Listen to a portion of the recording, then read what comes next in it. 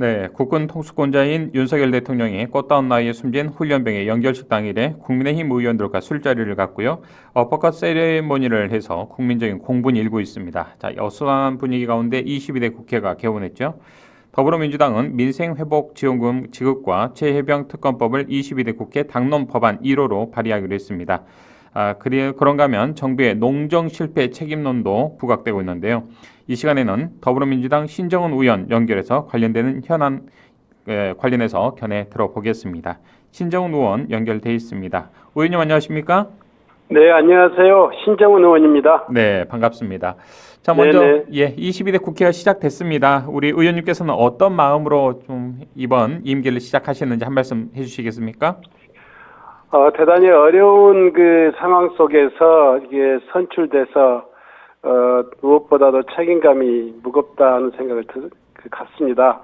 이번에 호남 지역에서는 현역 의원 교체일도 좀 많았고요. 또 굉장히 치열한 경쟁 과정에서 이 삼선이라고 하는 어려운 벽을 넘었기 때문에 지역민들에 대한 그런 어떤 기대감에 부응하는 책임 있는 정치로 꼭 보답하도록 하겠습니다. 네, 자 정말 활발한 의정 활동 기대를 해보겠습니다.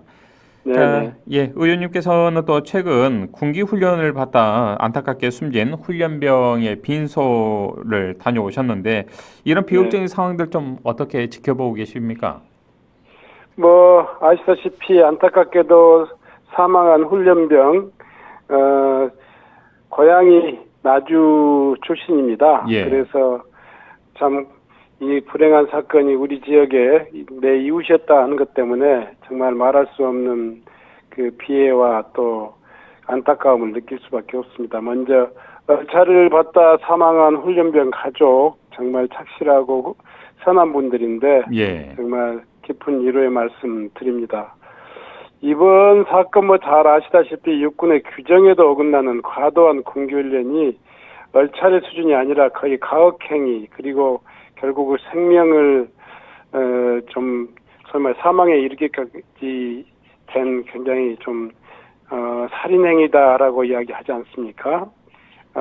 나라와 가족을 위해서 입대한 청년이 열흘 만에 우리 곁을 떠나야 했는지 정말 정부나 또 우리 사회가 함께 네. 그 근본적인 문제에 대해서 고민하고 또 재발을 방지할 수 있는 대책을 만들어야 된다고 생각하고 있습니다. 네, 참 의원님께서도 안타까운 이런 말씀들을 해주셨습니다만, 자 정작 국군 통수권자죠 무릇 대통령 하면은요. 윤 대통령이 연결식이 있었던 당일에 국민의힘 의원들과 술자리를 하고 이른바 어퍼컷 세리머니를 해서 이런 시기에 국군 통수권자로서 적절한 행동이었느냐라는 국민들의 공분의 목소리도 이어지고 있는데 이런 모습 어떻게 보셨습니까? 뭐 참 한심한 거죠. 지금 이번에 이 군대 내에서 계속되고 있는 우리 그 젊은 청년들의 희생이 단순히 부대장만의 문제였겠느냐. 최일병 사건으로 우리가 보시듯이 군대 내에서 했던 그 젊은 청년들의 희생을 정말 근본적으로 해결하고 그 문제가 다시 발생하지 않도록 하는 게 전 정부적인 어떤 의지가 실려야만이 해결될 수 있는 문제다 하는 것들을 우리는 보고 있습니다. 특히 대통령이 최상병 문제에 있어서도 직접적인 원인 제공자이기도 하고 또 그런 여러 가지 증거들과 증언들이 지금 나오고 있잖아요. 네. 그런 상황 속에서 추가적인 훈련병의 어떤 사망 그리고 연결식 또 끝나지 않았는데 옛날 것은 지나간 건 다 잊자 하면서 세레모니 했다는 게 정말 참 사망한 그 가족들의 가슴을 두들겨 패는 것 같은 느낌이 들어서 국민들로서는 정말 아니 정치권의 한 사람으로서 대단히 참 이게 붕괴해야 되나요? 이거 뭐 참 안타깝다는 이야기도 좀 부끄럽습니다. 예. 자 이번 군기 훈련으로 또 숨진 이번 사건을 보면서 이 무리한 징벌에서 비롯됐고요. 또 이 부분에 대해서는 철저한 조사와 함께 반드시 그에 상응하는 책임이 있어야 한다라는 게 대다수 국민들의 또 시선인 것 같습니다. 어떻게 보십니까? 동의하십니까? 네, 당연한 이야기죠. 이번에 과도한 어떤 이 훈련 그리고 또 이렇게 징계는 일상적인 조금만 상식을 가지고 있어도 이런 그 부당한 이 훈련이 강요되지는 않았을 걸로 생각됩니다. 그 중에 누구라도 중대장이든 중대장이든 아니면 부대장 중에서 정말 책임있는 당국자들이 이런 평소에 이런 위험에 노출될 수 있는 그 훈련 과정을 철저히 관리만 했어도 이런 그런 안타까움이 좀 듭니다. 그래서 그 문제에 있어서는 정확하니 이 문제의 원인들 그리고 책임자에 대한 그 엄중한 그 책임이 물어져야 된다. 철저한 조사가 이루어져야 되겠죠. 네, 이런 어려운 일들이 재발되지 않도록 할 수 있겠죠. 자, 이 시간을 통해서 또 이 군기 훈련을 받는 도중에 순직한 우리 육군 훈련병의 또 영원한 안식을 위해서 함께 마음을 모으겠습니다. 자, 의원님, 더불어민주당이 22대 국회 개원 첫날이죠. 지난달 30일 민생회복지원금 특별조치법과 이른바 최상병 특검법을 1호 당론으로 이제 발의를 했는데 이게 좀 윤 대통령이 계속 거부권 행사로 수사 대상이 이제 확대되면서 이게 또 재발의되는 이런 상황이 되풀이되고 있는데 22대 국회에서는 이 특검법이 좀 제정 가능할 것으로 보시는지요? 어떻게 예상하십니까? 네. 최상병 특검법이 이제 거부권을 행사하는 그 당일날 대통령의 전화 그리고 경로 이런 게 사실이었다는 것이 명백한 어떤 증언과 또 그 증거로서 지금 입증이 되고 있잖아요.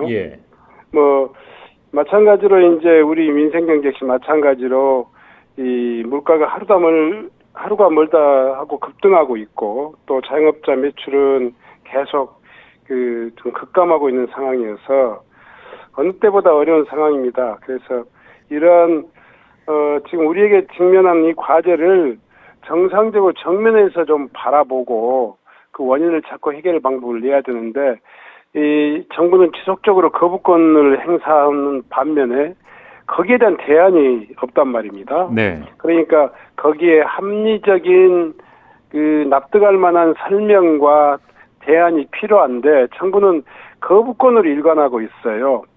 책임 있는 이 당국자, 특히 대통령실이라든가 그 해당 부처가 사회적인 문제, 또 정치적인 문제, 경제적인 문제 나타날 때마다 거부권으로 일관하는 것은 정당한 국민들이 부여한 임무를 방기하는 것이고 특히 자기 자신하고 관련되어 있는 최상병 특검법을 거부하는 것 이것은 대통령이 헌법상에 부여된 그 임무를 또 게을리하는 것이나 아니면 방해하는 것이다 이렇게 생각해서 아마 이게 계속되면 국민들의 이 거센 분노가 정권 자체를 뒤흔들 수도 있다는 생각이 듭니다.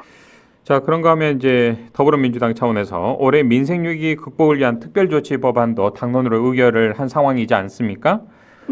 지금 경제가 굉장히 어렵고요. 또 소상공인분들, 우리 자영업자분들의 삶이 고단한 이런 상황인데 민생 자금도 그렇고 위기 극복을 위한 특별한 대책이 뾰족한 좀 대책이 필요해 보이는데 이게 또 맞닥지도 않은 상황이고 이런 상황들을 어떻게 보십니까? 우선 이제 이번 총선 민의가 정부의 어떤 그 폭주를 막아라 이런 뜻도 있고요. 또 민생을 살리라는 그런 명령이 함께 담겨져 있지 않습니까? 지금 우리가 특히 국민들의 그 민생이 처한 현실은 스스로의 힘으로만 헤쳐나가기에는 너무나 어려운 상황이다. 그래서 지금 우리는 25만 원 내외의 그 지역 상품권을 통해 가지고 소비 생활을 좀 진작하고 그걸 통해서 경기를 좀 회복해 나가는 선순환의 구조를 좀 만들어 보자 하는 그 뜻을 가지고 있단 말이에요. 그래서 이 부분에 대해서는 좀 정부가 우리도 정부의 입장이라든가 그 보편적인 어떤 그 지원보다는 선별적인 지원도 받아들일 수 있다 이렇게 이재명 대표께서 이야기하고 있지 않습니까? 그러니까 이런 민생 회복 특별대책에 대해서 우리 당이 제안한 그런 대책에 대해서 정부가 거부만 할 게 아니고 거기에 따르는 정부의 입장에서 할 수 있는 일들이라도 좀 내놔야 된다. 그래야만이 여야 간에 서로 이 지혜를 머리를 맞대고 이 나라를 살리고 민생을 살릴 수 있는 그런 이 방향이 나오지 않겠는가 이런 생각을 합니다. 자, 의원님께서는 정부가 추진하고 있는 이른바 고물가 대책이 이게 뭐 임시 방편적이고 근시안적인 처방이다 이렇게 지적을 하시면서 농산물 가격의 안정을 위해서 이른바 농산물 가격 안정제 그리고 과수산업 육성지원법의 조속한 통과가 필요하다 이렇게 강력히 촉구하고 계시는데 현재 정부의 농정 정책이라고 할까요? 어떤 문제점이 있다고 보십니까? 참 이것도 새 기의 격리기입니다. 사실 지난해부터 계속 양곡관리법 개정안과 이 농산물 가격안정법 개정안을 이렇게 당론으로 발의해가지고 정부하고 지속적으로 이야기했는데 도대체 듣지를 않아요. 그리고 어떤 대책을 내놓지 않습니다. 이 오로지 이제 이 금사가 대파값 폭등 뭐 이런 것들이 무슨 기후 위기 때문에 발생한 것처럼 이렇게 퉁치고 가려고 하는데 근본적으로 저는 이 농정의 실패, 그러니까 정책에 대한 신뢰가 무너지니까 이 시장 질서가 좀 결함되는 거라고 생각합니다. 그러면서 생산 기반이 함께 무너지고 있고요. 그래서 금사과값이라고 이야기하지 않습니까? 그렇죠. 이 금사과값은 사과 생산 기반 자체가 대개 묘목을 심어서 사과가 생산되려면 10년 걸립니다. 근데 이렇게 폭등하는 이유는 생산 기반 자체가 무너져 버렸다는 이야기죠. 그래서 생산이 급감하고 생산량이 급감하다 보니까 수요에 비해서 이 수요가 충족되지 못하다 보니까 이렇게 이 사과값이 폭등하는 이런 상황이 나온 거 아니겠습니까? 그래서 저는 이 물가가 오를 때마다 선제적 대응이다 이 말만 늘어놓고 농산물이나 농민들의 삶은 아랑곳하지 않고 그냥 대파값 875원이다 이런 식으로 퉁치고 가는 것은 농민들에게도 소비자에게도 전혀 도움이 되지 않는다고 생각합니다. 근본적인 대책을 세워서 안정적인 그 공급 또 생산 기반들을 만들고 또 그것을 통해서 농업인들의 소득도 안정화되고 그랬을 때 소비 시장이 이 안정적으로 가격이 유지될 수 있지 않겠습니까? 자, 그래서 의원님께서도 아마 앞서서 말씀하신 그런 맥락에서 비슷한 차원에서 현재 이 농산물 가격이 이제 폭등하고 있는 이런 모습들은 이른바 생산자, 공급자를 기반으로 한 안정적인 이런 종합적인 대책을 마련하지 않고 농산물 하나의 물가 정책 차원으로 이제 접근하다 보니까 그렇게 가격 통제를 하다 보니까 이 사단이 지금 나오고 있다. 결국 결론적으로 정부의 뭐 농정 실패, 생산 기반의 붕괴가 물론 이건 필연적인 결과다. 이렇게 강하게 질타하셨더라고요. 좀 더 부연해서 한 말씀 더 주시죠. 소위 이제 정부를 재정당국, 물가당국 이렇게 부르지 않습니까? 그렇죠. 특히 지금 이렇게 경제가 어려울 때 이제 물가를 때려잡는 것이 정부의 일정한 역할이긴 해요. 그렇지만 이 근본적으로 이런 물가가 이렇게 폭등하거나 과도하게 오른 것은 원자재 값의 어떤 폭등이라든가 수급의 불균형 뭐 이런 것들이 원인이 있단 말입니다. 이 원인에 대해서 대책을 세우는 것이 대단히 중요하다 이렇게 생각하고 있고요. 특히 이제 농산물은 전체 5천만 국민이 일상적으로 필수적으로 먹는 생활 필수품이지 않습니까? 그런데 생산은 한두 개 공장에서 생산되는 게 아니고 수십만 농가에서 생산되기 때문에 수급에 대한 안정적인 어떤 예측과 관측과 또 거기에 대한 조절 기능이 정부가 그걸 해줘야 돼요. 정부가 책임 있게 그 생산 단계의 수급 그리고 중간 유통 단계의 수급 이 문제에 대해서 정부의 역할이 좀 더 이 적극적인 이 역할이 있어야 된다고 생각합니다. 그랬을 때 이 전체적으로 수요와 공급 그리고 또 가격과 이 원자재 값 이런 부분까지 함께 가면 된 그런 어떤 그 가격의 안정이 좀 이루어질 수 있지 않겠는가. 이렇게 생각해 봅니다. 의원님께서 이제 말씀을 주신 그러한 내용들이 아마 우리 청취자분들께서도 학창 시절에 경제 과목을 배울 때 수요와 공급의 법칙에서 정부의 적절한 가격 조정 능력이 필요하다. 뭐 그런 기본적인 이 지식으로 많이 이제 알고 있는데 그렇습니다. 이런 이번에 것조차가 지금 되고 있지 않다는 거 아닙니까 지금 문제가? 그렇습니다. 지금 우리 양곡관리법 개정안이나 농안법 개정안이 무작정 이 가격이 폭락하면 다 뭐 사들여 다 이렇게 뭐 으름장을 놓고 있는 건 아니지 않습니까? 예, 의원님들께서. 그걸 무조건 다 네. 수매해달라 이런 뜻이 아니고요. 그렇습니다. 또 가격이 폭락하면 국가 재정으로 그냥 다 보상해달라 이런 뜻도 아닙니다. 그렇습니다. 가장 핵심은 네. 생산 단계에서 수급 조절의 기능이 정부가 적극적으로 함으로써 예. 과도한 생산에 의한 과잉 생산에 의한 가격 폭락이라든가 네네. 부족 현상에 대한 가격 폭등을 사전에 미연에 막고 예. 그럼에도 불구하고 발생하는 이상적인 가격과 수급의 문제는 정부가 이를테면 수입을 통해서라든가 또 그렇죠. 이 예. 매입돼 있는 정부 양곡을 방출해서라든가 다양한 이 조절 기능이 있을 수 있거든요. 그런데 네. 사전적인 이 노력을 하지 않고 사후적으로 그때그때 대응하겠다. 이게 지금 정부의 입장이거든요. 네. 그래서 양곡관리법에 대한 그런 어떤 그 규정을 예. 정부는 그것은 시장의 과도한 개입이다 하고 반대하고 있는데 네. 저는 이런 이 정부의 입장을 가지고는 이 농민들의 이 문제를 풀 수가 생존권 문제도 없습니다. 예. 농산물 가격의 아하. 폭등 문제도 예. 절대로 막을 수 없다 이렇게 생각합니다. 우리 의원님께서는 의정 활동 이전에도 농민의 활동을 정말 열심히 하시면서 또 우리 농민들과 함께 삶을 살아오신 의원 가운데 한 분이신데 그만큼 더 현장의 그런 농민들의 아픔을 오롯이 또 알고 계시는 또 의원이시기 때문에 좀 더 이런 법을 또 발의하면서 농민들과 함께 하고 계시지 않나 싶습니다. 네. 자, 의원님 그런 차원에서 22대 국회에 앞서서 이제 뭐 최상병 특검법도 있고 민생지원 특별법도 있습니다만 개인적으로 반드시 좀 통과시켜야 될 법안이라면 어떤 법안을 좀 꼽으시겠습니까?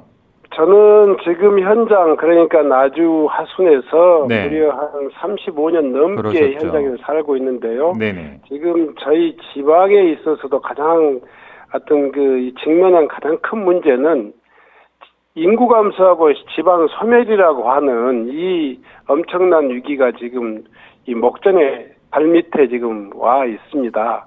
이런 문제들을 막아내기 위한 범정부적인 특단의 대책을 만드는 것이 저의 22대 국회의 가장 주된 과제라고 생각합니다. 네. 그러니까 지방 소멸에 대응하고 인구 감소에 대응하는 특별 대책을 만들겠다 이런 생각을 가지고 있고요. 예. 두 번째로는 앞에서 지금 계속 사회자께서 말씀하시듯이 이 농업과 농정의 실패는 지방 소멸의 가장 핵심적인 원인이 되고 있거든요. 네. 소득이 감소하고 가격이 폭락하고 농가 경제가 이 파탄 지경이 되다 보니까 너도 나도 이 농촌의 희망을 그럼요. 예. 걸지 못하고 떠나가고 있지 않습니까? 이제는 막다른 골목에 와 있어요. 그래서 저는 지방 소멸 대응 플러스 양곡관리법이라든가 농업회의소법 등 농촌을 살리는 네. 그런 대책들을 입체적으로 한번 해볼 생각이다 이렇게 생각합니다. 예, 한번 기대를 해보겠습니다.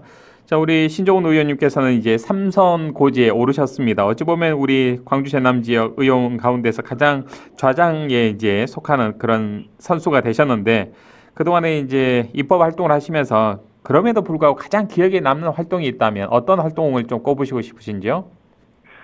뭐 저는 그 국회의원이 되기 전에는 나주 혁신도시를 만들어서 국가균형발전 정책을 통해서 이 지방의 위기를 좀 대체해보고자 노력했습니다. 네. 이번 21대 국회에서는 한국에너지공과대학 등 그런 어떤 그 이 인재 양성과 기술 개발을 선도하는 에너지 공과대학을 만들어서 이 광주 전남의 미래 산업의 어떤 기반들을 하나하나 예. 지금 다지고 있다 이렇게 생각합니다. 여전히 이 소멸에 가는 속도에 비해서 우리 대책이 부족하고 있기 때문에 네. 이번 22대 국회에서는 좀 더 빠른 속도로 좀 더 입체적이고 또 이 종합적인 대책들을 가지고 이 지방 그 소멸 문제에 대해서 대응해 나가겠다 이렇게 생각하고 있습니다. 알겠습니다.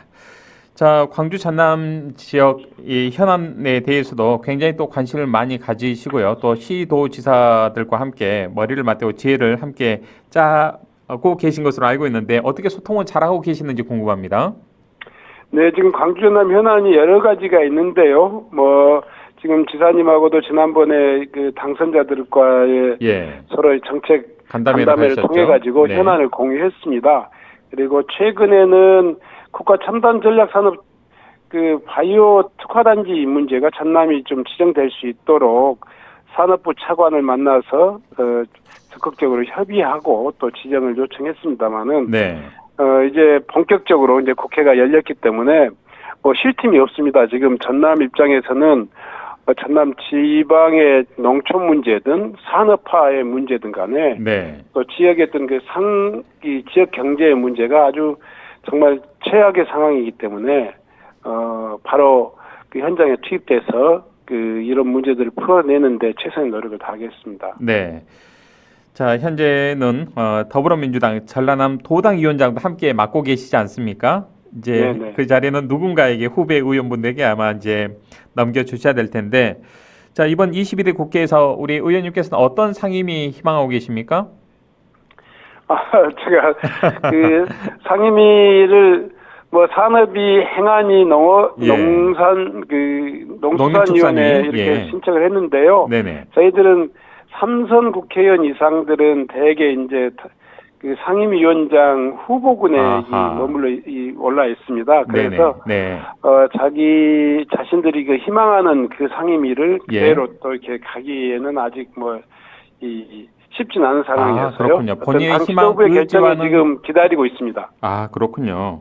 네네. 산업통상자원 중소벤처기업 뭐 이런 상임위 돼 있는데 어디로 갈지는 아직은 뭐 확정되지 않았다 이렇게 봐야 되겠군요. 1순위를 산업자원위 그러셨죠. 예. 그리고 이제 2순위를 농림해양수산위원회 이렇게 지정했었습니다. 예. 어찌됐든 상임위원장 신정훈 의원의 모습을 좀 볼 수 있겠군요.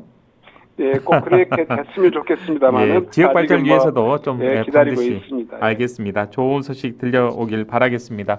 이제 네네. 서서히 마칠 시간인데요. 방송 듣고 계신 우리 광주 전남 지역민들에게 한 말씀 주시고 오늘 인터뷰 마무리하겠습니다. 예, 저는 22대 국회 이 선거 총선 결과를 보면서 가장 와닿는 이 생각이 그 민주당의 책임을 다시 한번 생각해보는 그 총선이었다 생각합니다. 20년, 30년 넘게 이 지역의 민심은 민주당에게 책임을 맡기고 또 오로지 민주당에게 의지하고 있는데 우리는 과연 지역민들의 기대에 제대로 응답했는가 하는 그런 반성을 해봅니다. 22대 국회는 지역민들이 민주당에게 부여한 사명과 책임을 제대로 완수할 수 있는 그런 국회가 될 수 있도록 최선의 노력을 다하겠습니다. 네, 청취자 2610번을 쓴 애청자님께서 의원님 안녕하세요. 방송 잘 듣고 있습니다. 항상 농민들 위해 힘써주시고 계신 점 잘 알고 있습니다. 앞으로도 전남 지역의 발전을 위해서 많은 활동 응원하겠습니다. 라는 또 샵 5005번 문자 100원의 유료 문자를 통해서 응원의 문자 함께 보내주셨네요. 한 말씀 주시고 마무리할까요? 네, 고맙습니다. 네. 열심히 노력해서 네, 우리 농업인, 소상공인 그리고 지역에서 기업 활동을 하시는 모든 분들이 정말 희망을 갖고 사는 전남이 될 수 있도록 노력하겠습니다. 알겠습니다. 열심히 의정활동 하시는 모습 저희들도 기대하고 함께 응원하겠습니다. 오늘 좋은 말씀 고맙습니다. 네, 고맙습니다. 네, 지금까지 더불어민주당 신정훈 의원과 이야기 나눴습니다.